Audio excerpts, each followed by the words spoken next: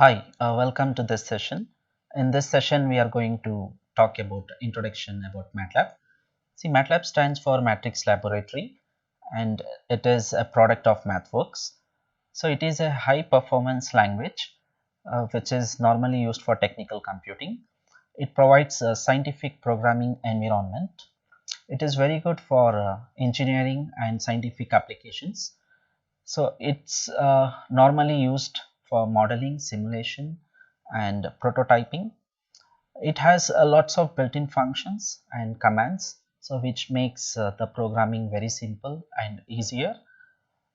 Coming to some of the typical uses of Matlab, see, it is used mainly for mathematical computations. As we all know, if we talk about engineering and scientific applications, they all include mathematical computations, problem solving. So we need some kind of powerful tool which can help us to solve this mathematical operations, whether it is mathematical or scientific or any complex level. So this Matlab has one of the major application that we use this Matlab for mathematical computations. So coming to next, we can use Matlab for algorithm development. As we all know, algorithm which is need to be written and to be simulated. For this we need some kind of programming platform. So here Matlab help us to easily build the algorithms, to simulate the algorithms and to analyze the algorithm and to observe the outputs with respect to the algorithm what we have written or what we have done. Okay, and that means we can use this Matlab for algorithm development. Coming to next is modeling, simulation and prototyping. Coming to modeling, as we all know, modeling a system in real time is quite time consuming. So we need to reduce the time of designing a model, the time for testing and verification of a model. So for these reasons, what we need to do is we need to build a prototype in virtual environment, and that is possible with the help of Matlab. So Matlab help us to build the physical modeling and to do the simulations, to build the prototypes, and it helps us in verification and validation of the model before it gets deployed in the real-time applications. Coming to next type of application is data processing or data analysis. As we all know, data, it is a huge set of a collection of information which is need to be explored and which is need to be processed, which is need to be handled. So here Matlab, as we all know, it has lots of built-in functions and different set of toolboxes for different operations for different domains. So it's help us to analyze the data with its available set of functions and tools.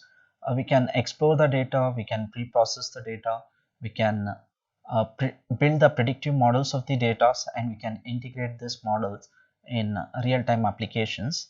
So we can say Matlab can be used, or it helps us for data analysis. So coming to one more great capabilities of Matlab is visualization. See, once we do mathematical computations, we get the results in numerical form. So it's quite necessary to observe the data in graphical format so that we can see what actually the results look like.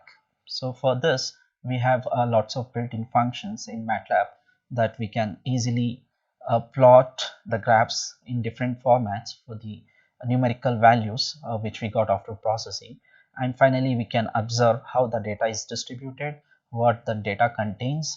So therefore we can say Matlab is used for visualization of data, which is the great capability of Matlab, which help us to analyze the results once we have done computations or simulations.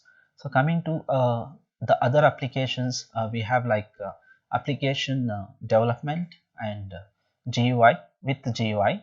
So GUI here, it refers to graphical user interface. So once we build some application, so always we expect for some kind of GUI, graphical user interface, so that the customer or the user he can easily make use of that application without knowing the background information of the programming, by just giving the inputs through graphical user interface, and able to observe the outputs using GUI. So these are the few applications of Matlab, and Matlab has a vast applications in different areas.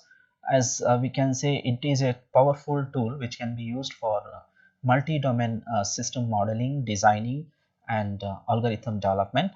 Talk about the other topics in next upcoming sessions. Thank you.